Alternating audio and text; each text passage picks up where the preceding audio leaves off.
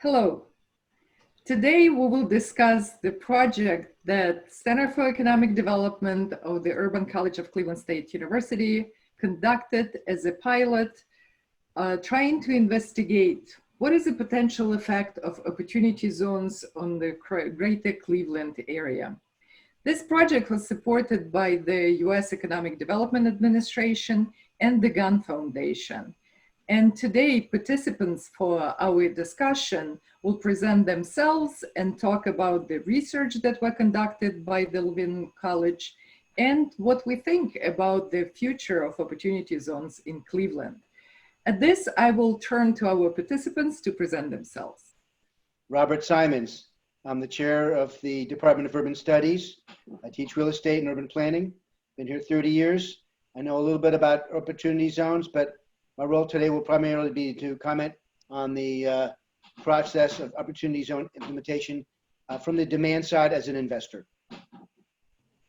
Hello, my name is Tatiana Guzman. I'm an associate professor in public budgeting and finance. I study different forms of tax preferences, and I'll be happy to talk about my little part of research that I did on opportunity zones today. My name is Kristen Blazek, and I'm coordinator of student recruitment for the College of Urban Affairs at Cleveland State University, and I am here to understand more about opportunity zones. My name is Irina Lendl. I'm the director of Center for Economic Development at the Urban College, and I manage this project and invited all the wonderful participants to our today's discussion. And at this, I will turn the floor to Kristen. Welcome, panelists. I'm so glad that everyone is here today. What I would like to first start off with are, what is the Opportunity Zone Program? So the Opportunity Zones Program, it's a national investment tool that was developed and designated to spur economic growth and community development by encouraging long-term private equity investment in distressed areas of our communities. In 2018, the local leaders in the United States and Washington, D.C. supported the nomination of the 8,700 low-income census tracts for opportunity zones designations. And the idea was that companies and individuals will send their investments in properties in businesses within these designated areas and form the opportunity investment funds that will fund these projects and create long-term economic development benefits. So the opportunity zones were approved by the Secretary of the US Treasury, and states nominated some areas for being designated as opportunity zones. And about 25% of the local low-income communities' census tracts, and the census tract is just a portion of the county. It's a smaller area, it's a neighborhood or part of the street. And these areas were supposed to be designated as opportunity zones to benefit communities, benefit those neighborhoods from the long-term investment into these businesses and properties. So there were certain criteria that these areas have to meet. And these criteria were in the poverty rate and median family income within these areas. So the neighborhoods and part of the community that were designated were those that had poverty rates at least at 20% and or median family income that does not exceed 80% of the statewide or the metropolitan area. In our case, we will focus primarily on the Cuyahoga County, where Dr. Guzman conducted her research. And obviously the benchmark and the comparison of different opportunity zones will be discussed here. So 64 census tracts were designated in Cuyahoga County as those that qualified for opportunity fund investment. 48 of these opportunity zones were entirely or partially located in the city of Cleveland. And these zones were grouped in 11 districts based on various characteristics. And that included either geography or current community development and planning efforts, or common land use and common infrastructure. So we know these districts as 25th Metro Health Corridor, Health Tech Corridor, Opportunity Corridor, Glenville Rockefeller Park Innovation District, Euclid Collinwood Industrial Corridor, and other like Arizona Innovation Hub, Cuyahoga County Airport District, Transportation Boulevard Development District, and few more.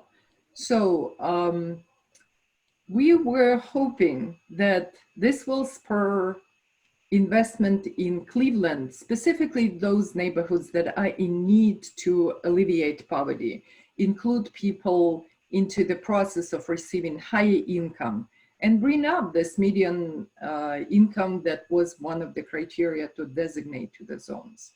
The similar opportunity zones were selected across the Northeast Ohio in Akron, Canton, and Youngstown. And Northeast Ohio totally has 126 designated opportunity zones, and 8 of them are in rural counties of Ohio. So I think it would be interesting to think what long-term benefits investment in properties and businesses within opportunity zones can bring us. And that's what we thought when we kind of conceptualized this project. We were in a roundtable with professors and other participants from research centers, and we were brainstorming how we can assess what benefits the opportunity zones investment can bring to our community. And this is what Dr. Guzman's project is about. So to start off, when we are saying investors, who are we talking about? Who's investing? Can I invest? Is the city investing? Is these individuals? Are these groups? Who's investing in the opportunity zones? No, and other, I guess would be the answers. So I'm going to talk about the demand side, which is basically private capital. If you don't mind, I'm going to jump to an overhead and share a screen with you.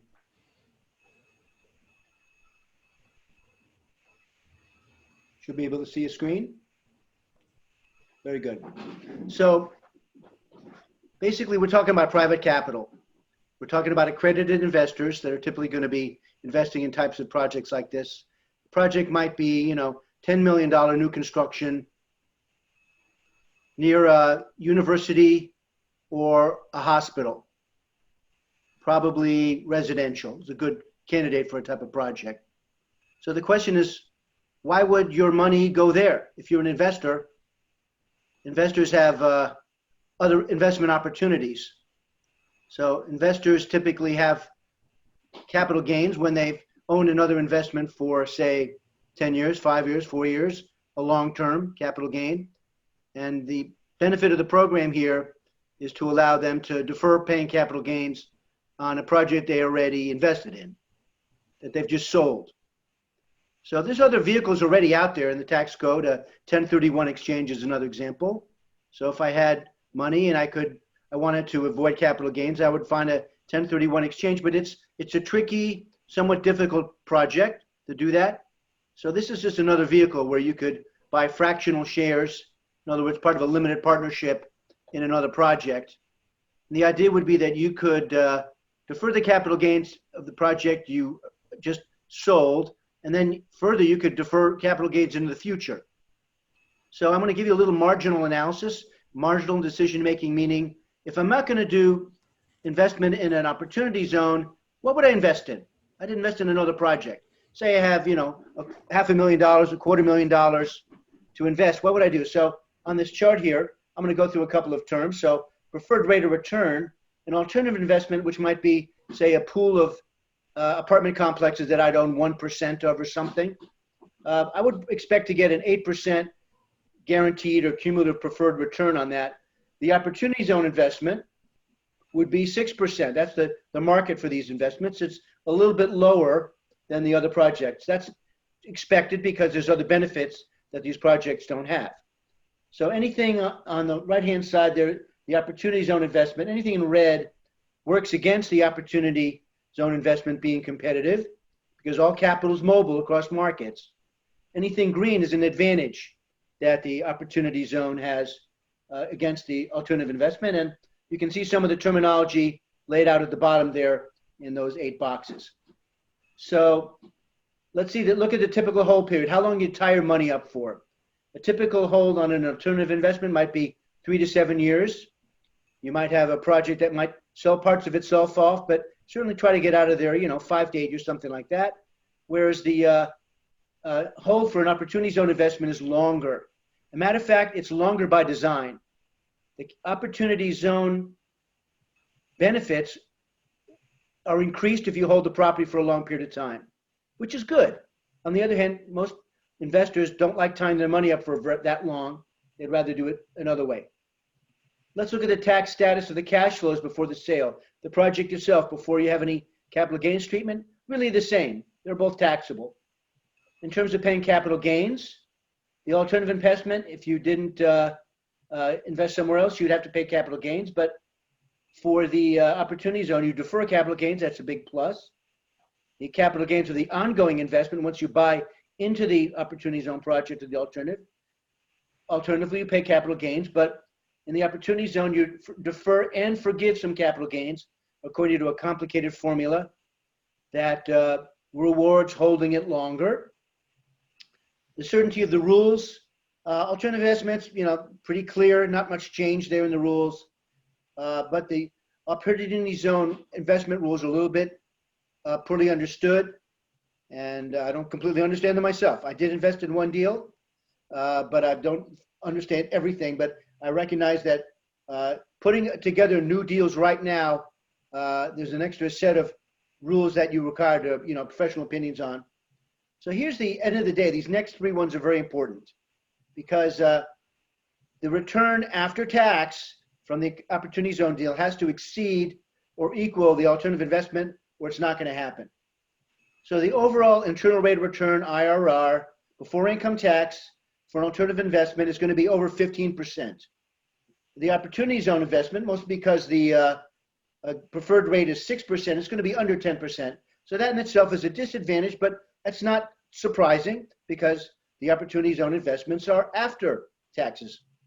So the middle one here, overall IRR after tax in a fast-growing area, it's going to be around 12% or so for an alternative investment. Of course, the difference here is that you pay taxes. That's the difference between 15 and 12%. Now, for a fast-growing area, you're going to have opportunity zone investment returns over 10%, which could very well exceed 12%, in which case it would be attractive. Now, overall IRR in a slow-growing area like Cleveland, you've got the same 12% on the alternative.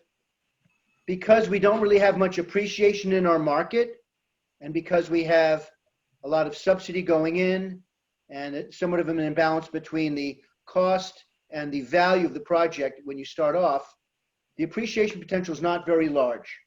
So therefore, the rate of return after tax is probably under 10%, less than the alternative, and that might explain why we only have a very small number of deals in Cleveland. So supply of opportunity zone doesn't create its own demand because probably the investors are thinking, hey, in the long run, I might be better off investing somewhere else. In terms of the place in the capital stack, you're looking at limited partner equity investments typically. You do get some benefits from portfolio investment in a different project. Typically an opportunity zone investment is single projects. Minimum investment though, there might be an advantage for opportunity zone. You don't have to have an accredited investor level of $500,000, rarely $250,000, depending on certain deals. So that could be an advantage. It's a lower ante. And the one thing about alternative investments, they're usually greenfield, simple projects. They might not even be new construction. Opportunity zone investments already qualify for low-income housing tax credits or new market tax credits or historic preservation tax credits, other tax credits of various types. So there might be competitive and maybe also property tax abatement. So those are the things that I have to contribute with respect to the demand side. Take it away, Kristen. Back to you. Well, I guess my question in this is to go back to who is investing in this. So you're talking about capital gains and putting capital gains back in. where capital gains coming from? You said that you're pulling from one investment to another investment. So when you're talking about capital gains, are we talking stock market, or are we talking like real estate development? Could be any kind of capital gain, but let's say, for example, you've got somebody who's a real estate investor. Maybe they have a net worth of $20 million, and they have 5 or 10 investments in different deals, and parts of those deals sell off. When they sell off, you've got to either pay taxes or roll it into another project. So as that rolls, then you want to find some place to put it, or you just take your tax hit, and then you have your cash. But people like to push that tax hit away. But these are accredited investors, typically with a high net worth, they've got a portfolio of investments, and this is just one way to roll into another investment and defer capital gains. Right. So instead of, you could, in theory, you could either take, a couple $1 million when you pull out, you could either pay tax or you could reinvest it somewhere else to avoid that tax bill. To defer for it. now. Yeah, for now. Okay. Right. And so because time is money, for now means a lot. For now is a lot of value, present value money. So then who do you, with the opportunity zones, who's in charge of taking in that capital? So there's a developer for that project, and the developer might very well be connected to other projects and have a stable of investors that they know are about to have a capital gain and want to roll it over into another project. But a capital zone, an opportunity zone investment is a single project. Like I said earlier, typically, housing near a hospital or near a university, which often houses universities and hospitals are in low-income areas, and some of the ones you mentioned would qualify. So that'd be the ideal situation. All right. So I guess my next question is, you talked a little bit about it, about where opportunity zones are in Cleveland. Where are we focusing opportunity zones in the Cleveland, Cuyahoga County area? I can take on this because I happen to have the map open in front of myself. And let me try to share the screens. Okay, can you see it? Yes, I can. Okay, so this is a map of Ohio opportunity zones from Ohio Development Services Agency. So red, these blobs, they show opportunity zones. And in my research that I will be talking about a little bit further in a little bit, we're focusing on Northeast Ohio, 18 counties in Northeast Ohio area. So it's right here. And Dr. Lindell mentioned Cleveland area. So there are opportunity zones in Cleveland area here. So you can see downtown area and University Circle, West 25th Street, Tremont. There are opportunity zones around Cleveland International Airport, Garfield Heights, Bedford Heights, Warrensville Heights, Euclid area. So these are big blobs. And there are actually a lot of opportunity zones in Cleveland area specifically, way more than in any other parts of Northeast Ohio. So let me. I guess my question is, what does this say about our census tracts in Northeast Ohio when it pertains to opportunity zones? Because you said it comes from census information. So what is this saying about Northeast Ohio? Okay, well, let me try to share. Let me take on this too. And let me share my screen again. So this is a little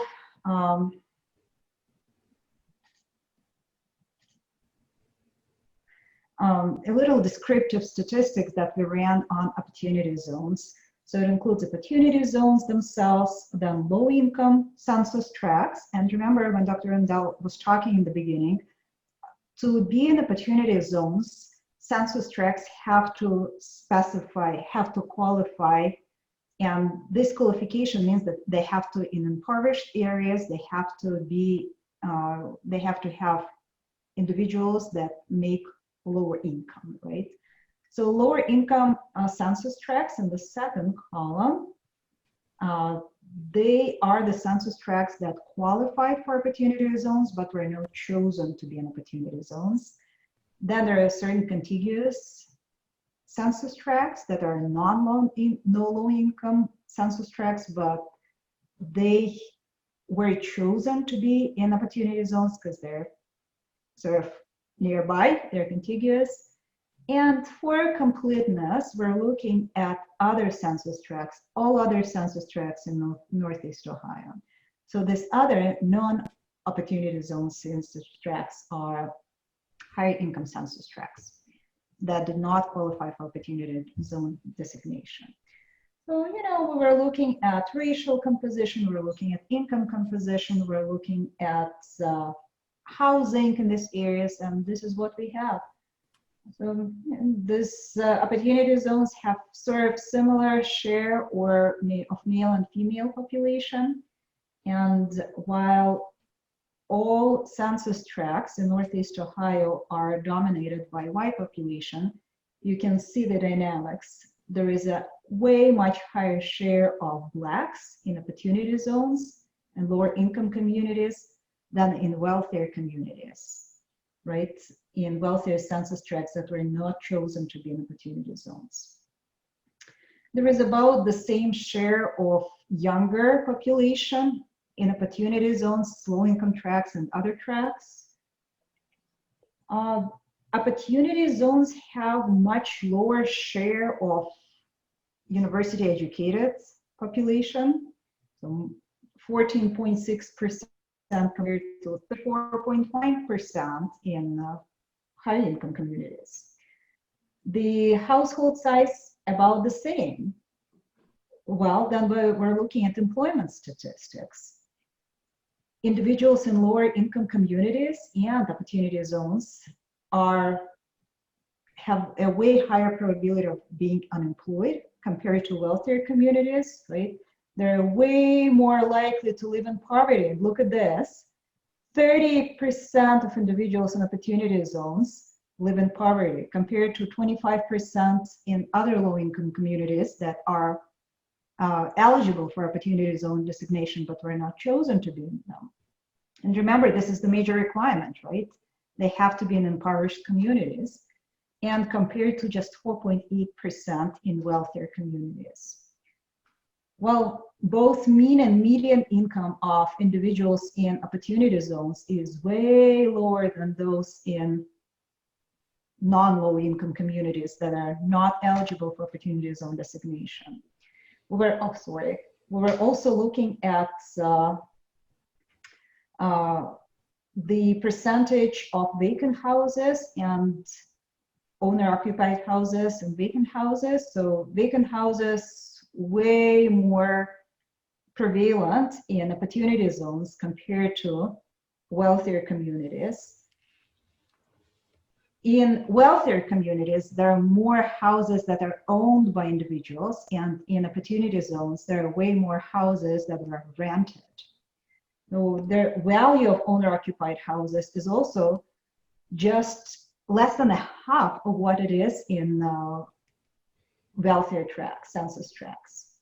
And the housing stock is much older in opportunity zones compared to non-opportunity zones, compared to other areas. We also further focused on just Cuyahoga County, not all 18 counties in Northeast Ohio, but just Cuyahoga County. And we selected a few properties, and I'll talk about this probably later, but I wanted to show you just this first half, this table here. We're looking at selected number of properties, and they're smaller in square footage. They have lower properties and opportunity zones. They have lower total property value, and they have lower taxable value. And taxable value is the value, total value, minus all the property tax advantages that might have been offered to certain properties. Okay, I think it gave a general overview, and I will stop here for now. Let me stop the shares. Okay. So now that we see what people are needing, what besides just real estate, what are we doing to bring in? Because it looks as if, just looking at that, the people who are living in opportunity zones look like they might need just to start off with more jobs. So is this going to bring more jobs into, with these investments, is it going to bring more jobs for the people living in the opportunity zones? This is the hope, right? It is hard to say, but whenever government introduces an economic development, right? Whenever we offer tax advantages, whenever we offer, maybe we do direct infrastructure spending, whatever we do, whatever we try to do, this is the hope that eventually it will bring new businesses, will bring new ideas, right? It will bring development. So that's the hope. I guess I just keep going back to The reality might be that for housing projects, you do have some construction jobs when you're building it, fine. But there's not a whole lot of jobs in management of residential facilities. You've got a few maintenance people, maybe at the lobby, et cetera, but it's not a job-rich situation. But those are the deals that attract the capital because they have an after-tax rate of return that's greater than what you could do with an alternative investment. the thing that I'm seeing in this, and correct me if I'm wrong, but there's housing. It's more so education and jobs are what's needed in these opportunity zones. So could this capital go towards specifically creating more jobs or helping with education? I think both, because initially when this program was developed, the aim of the program primary aim was that investment will come to existing businesses and will form new businesses. And that would definitely create more direct job opportunities, and therefore through the jobs, increase the income, increase the property values, increase the taxable value, increase budget of those cities that fund schools, and in turn creates better opportunities for education. So it's, as any economic development project, all these indicators are interconnected. But what we see even nationally, that many investments are coming primarily into real estate deals. So for me, the also question is, what is missing maybe in this program, or how this program should be tailored or promoted, that we have more investment into the businesses? Because both types of investments are eligible under this program, investment in real estate and investment in businesses. So what is missing to be for businesses to be invested in? I think that's a great question. Return. If you're chasing capital, capital is mobile. You've got to have a greater rate of return adjusted for risk than the alternative investment would be. What would the alternative investment look like? Well, if you're an investor, you want somebody else to run a deal. You want to give them your money and get the return. You don't want to manage anything. Now, if you're in the business of running and opening businesses, and you have a chance to have a new plant there, and you're going to do a new plant anyway, that might be enough to have you do it as direct management of a business. But as a passive investor, I think you've got to be able to at least beat the rate of return that you would get in an alternative investment. For an investor, which one? I mean, you went over like the different rates of return and the different things that you would get. Just for an investor, is it, looking at Northeast Ohio, would it be more beneficial to invest in an opportunity zone or an alternative investment? I would say alternative investment. I haven't seen a lot of opportunity zone deals built here. I'm aware of maybe one or two. There's a few. But without the upside of the appreciation, the projected returns aren't as high as you'd like. That's why opportunity zones may work in other places better than they do here. It's not to say they can't work here, but just haven't seen it yet. We need to get more creative. Have we done some in opportunity zone investment projects that have gone from start to finish? I'm aware of one. What was that one? It's in Tremont somewhere, I believe on the west side of the river. It's a very small number of projects. Okay. I asked 4 or 4 sources. I got a lot of yeah, maybe, how about this? But at the end of the day, there was not a list of finished projects. And I talked to a developer and said, look, it's the rules are too tough and the long-term return's not there. So it was kind of discouraging, frankly. But this is also a brand new program, so it just started. It basically, yes. So investors could enroll in this program till the end of 2019, right? And it was offered in 2017, so it's very fresh. We don't It is know fresh. much. Yeah. It is fresh, but nevertheless, the benefits under this program already decreasing. So, and this was another national discussion when this program was announced. Even in the year when it was announced, the benefit was the highest, but the people were not ready for this program. There were a lot of hesitation to invest, and even in the year 2 and year 3. So the rule is, general rule of thumb is, the later you invest, the less of the overall benefits you receive from the program.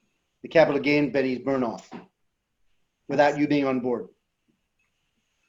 Maybe a longer time to prepare and study and figure out what these opportunity zones are and what the actual opportunities are, right, would be more beneficial. It was also some delay in actually clarifying some terms of the program from the federal government. A lot of people were asking questions, very specific questions, how to put together the deal, how to put together this investment fund. And the clarification of the program came very close to the end of the year, and it was very hard to put the deal together to invest in the very first year when the program was announced. And that was a challenge. And the second challenge we are facing, which Hence the fuzzy rules. I just want to agree with you completely, because when I invested in my deal, we didn't exactly know what we were getting, but we trusted that it was going to be okay. But that was a bit of a leap of faith. It all happened in about 4 weeks at the end of the year. So the question I have, for example, you invested when the rules were still fuzzy. You didn't know what you will get. Can you withdraw anytime? And if you withdraw from that deal, what are the consequences? Are you losing more in comparison to if you will withdraw with the regular deal from non-opportunity zone? So I'm going to wing the answer. The answer is, if I withdraw, I lose the benefits. If I withdraw, somebody's got to buy my shares because the funds are committed for the project. If I can get somebody to buy me out, I can do a side deal to get my limited shares transferred over, but I will not benefit. If I thought I was going to get out early, I wouldn't have gone in. It's not very flexible, but that's okay. And let me add a You word don't from lose the if you don't withdraw. I used to ride out. Somebody else is going to decide when they're going to sell, or to sell our shares. And they're going to probably go 10 to 15 years, because the longer you wait, the more capital gain benefits you get. Now, who knows what the economy is going to be like? There could be a window in there where there's great appreciation, or you're afraid it's going to go bad, so maybe they'll move a little ahead. But the idea is a long-term hold. It's longer than I would like to normally hold something. The longer you hold it, you've got interest rate risk. All sorts of things can pop up there. Nothing's pleasant. You like to be able to get out early. So tying it down a long time is not great. And the other thing is, since you're not among a few of those that you mentioned in Northeast Ohio, I assume that you invested somewhere else. And that triggered another question. An opportunistic project in Georgia. These people I'm working with had a project, and they said, hey, we could make this into an opportunity zone project. It was already under contract. They had the land tied down. It was underway. They threw an opportunity zone, aura on top of the project, and there it was. They were clever and a little surprised it all worked out. So it wasn't encouraged by opportunity zones. You already had a deal going on with constructing of that project, and you just got extra benefit in the form of opportunity zone. But again, that triggers the question that this is a national program. And we know that most of deals are going into real estate. And we also know that the return on investment in real estate, there are lots of places nationwide where returns are much higher. How Northeast Ohio can compete with those lucrative areas like New York, New Jersey, Chicago, other large cities, where definitely return on real estate investment would be much higher than in Cleveland? We do very well with the average annual rate of return. Great. Cleveland's, the cap rate you get on on cash flows, 7, 8, 9, 10% on projects, whereas on the East Coast or West Coast, 4, 5, 6, or even 3, 4, 5. So we look great there. What we don't have is appreciation. Appreciation is dead flat. And this is a capital gain play. And you need to have capital gains to have tax savings. If you don't have the appreciation, you don't get the savings. It's a fine place to build and hold. You can attract capital to projects here. It's a question of this structure just doesn't work for a low appreciation market. So how do you fix that? You need more demand. Create high demand. It's all supply and demand. More people to move here, more jobs, so more growth. My question kind of piggies back on that with, so you did your investment and they said, we can do this investment and we can do it at an opportunity zone. So it was almost like this is a good place and it qualifies as an opportunity zone. What can opportunity zones do to be more attractive? Because they're already that opportunity zone. If we're not getting investment, how can they be more attractive? They've got to cater to a market that's not the low-income market because they can't pay the rents. These projects, if you've got a school that's in a low-income area, that's a perfect market because you take students and you put them in a 4-unit, well, forget COVID for now, but in a 4-unit quad, nicely appointed, and you can get very good rents there. Or if you have housing that's right near a hospital, you got doctors and nurses, want to live close to work, you can get that high rents. It's very hard to make that rate of return for low-income people. So that's not the primary market. But those are the people that are living there. Right. Right. Okay. So I guess going back to this is there, because this is a question across the board, is there opportunity in opportunity zones? And that's what we try to understand while doing this research, where we wanted to see, because this is basically another tool where you defer taxes, right? So this is the fiscal tool. And we wanted to look at other fiscal tools that are somewhat similar. Of course, there were never exactly the same program in the past, but what we tried to look are previous tax fiscal instruments that were implemented in our areas, are they created long-term benefits? And that's what Dr. Guzman studied. Yes, so specifically we're looking at property tax preferences, tax deferrals, abatements, different tax credits. They have been used for a long, long time to spur economic development in low-income areas. So we ask this question to ourselves, if you look at opportunity zones themselves or just lower income areas that qualify for opportunity zones but were not selected to participate in the program, and can we look back and see if these areas will offer property tax advantages?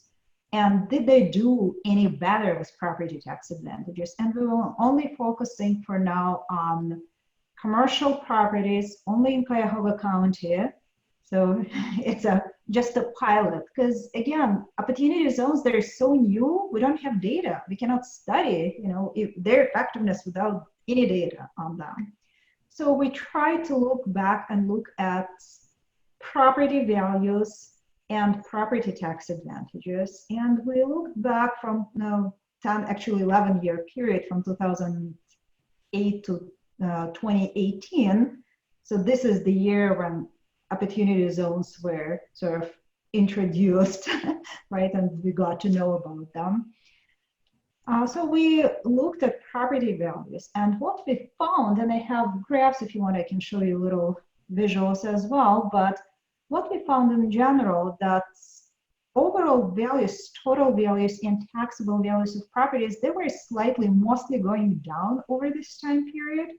But properties that received any tax preferences during this 11-year period were doing better than properties that did not receive any property tax advantages.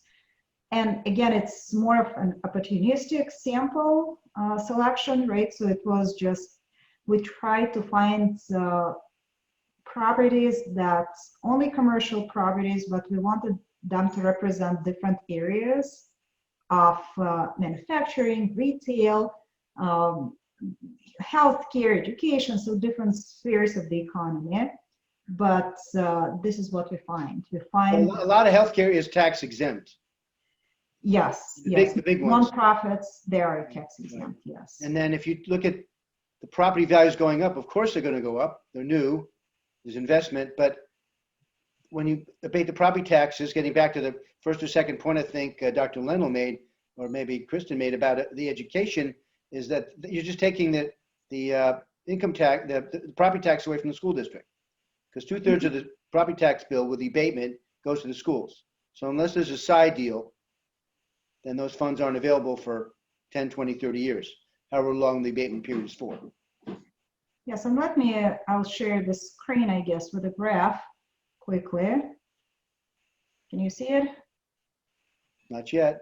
Oh, not yet, okay. How about now? Here it is. Yeah, so this is a graph of total values, total property values, right? And so all these properties, they qualify, they're low-income census tracts, the properties from low-income census tracts, and they either qualify for opportunity zones or they're actually selected to be in the opportunity zones program. And some of these properties received property tax advantages, others did not receive. And you can see that, well, eligible properties that were not in opportunity zones, this orange and blue lines on top, well, they actually had total property values higher than property values in opportunity zones themselves. But the values went down over time for both of them. But you can see the properties that received the orange line, the properties that received any types of property tax preferences, their values went down by less. And these lower two lines, yellow and gray, they show opportunity zone properties. And the properties that did not receive any other advantages, this gray line, well, their values basically remain the same.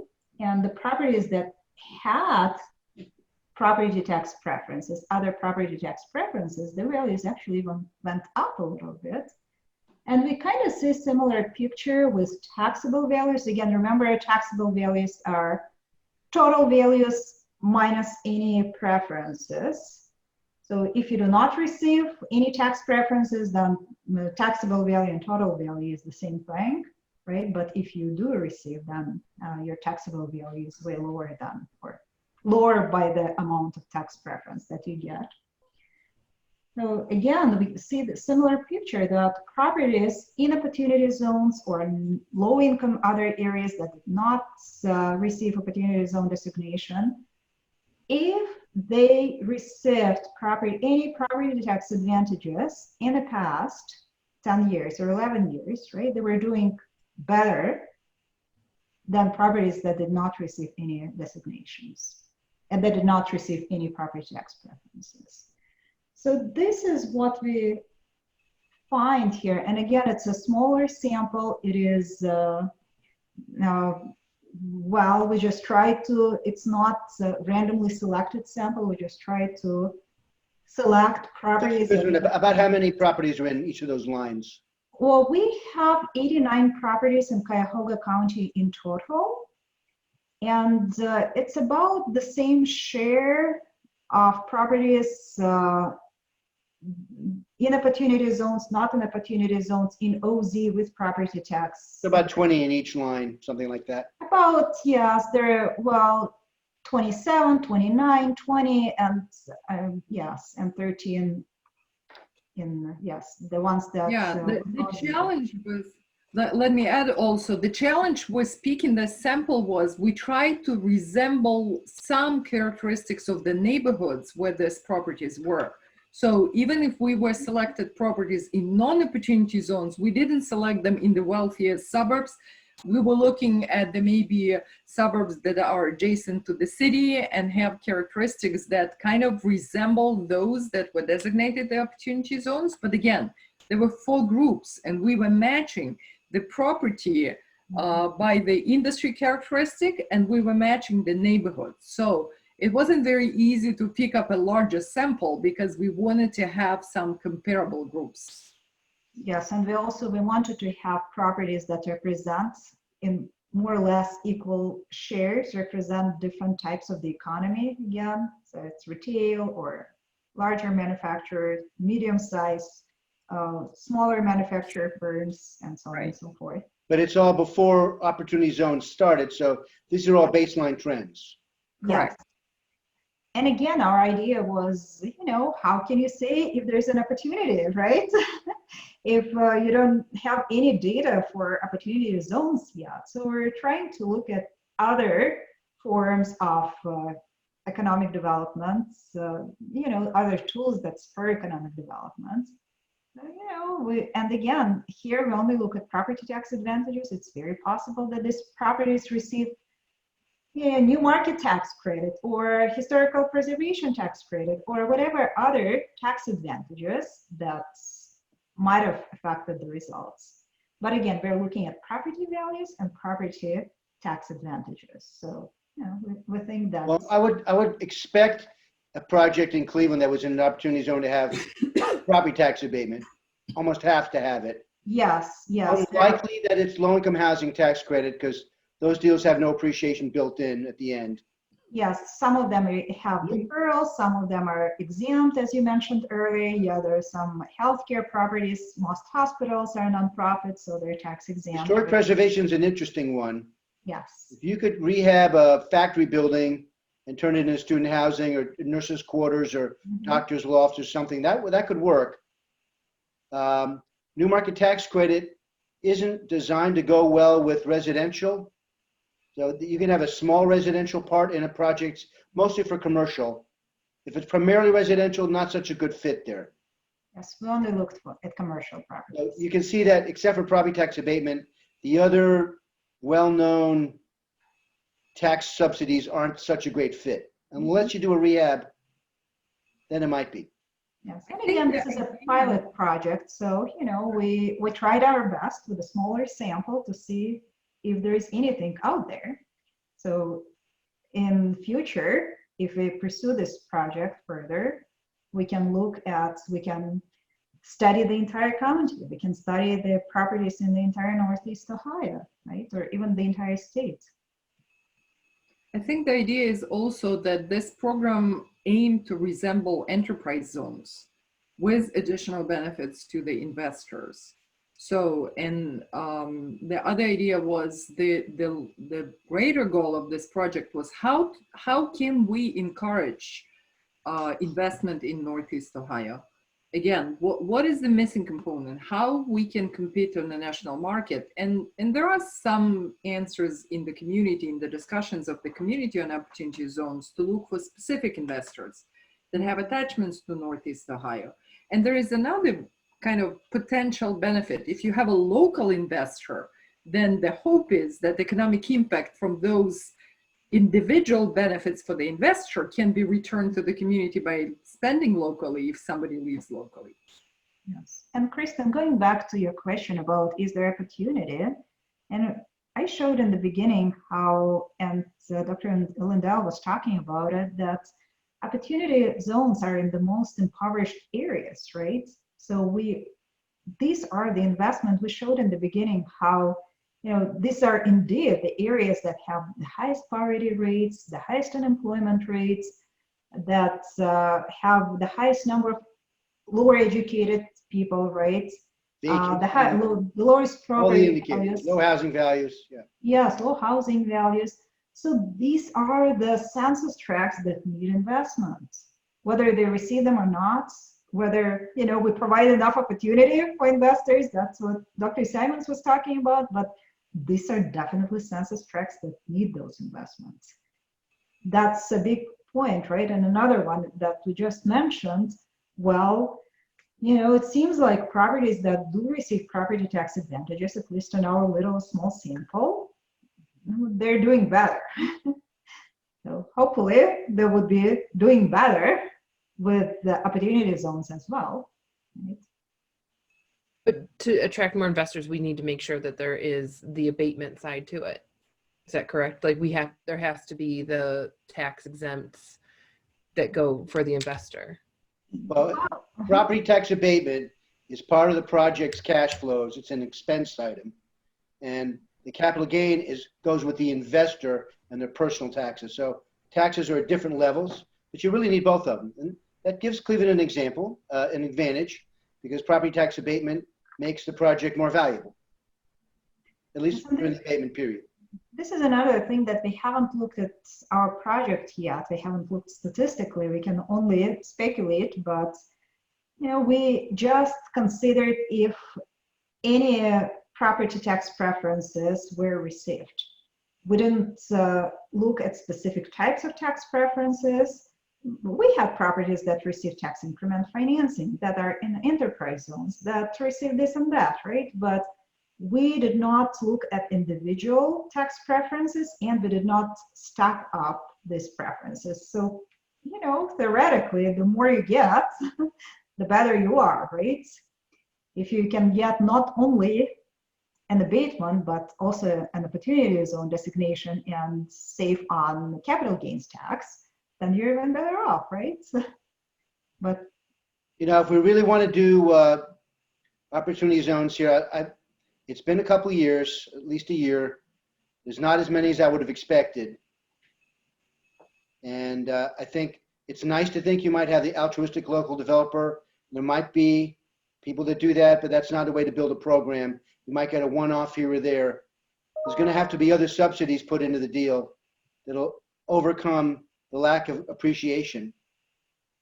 Or you've got to let the demand generators, like the universities and hospitals that these projects are near, got to let them grow a lot so that the demand for the real estate you're developing nearby grows as well, dramatically.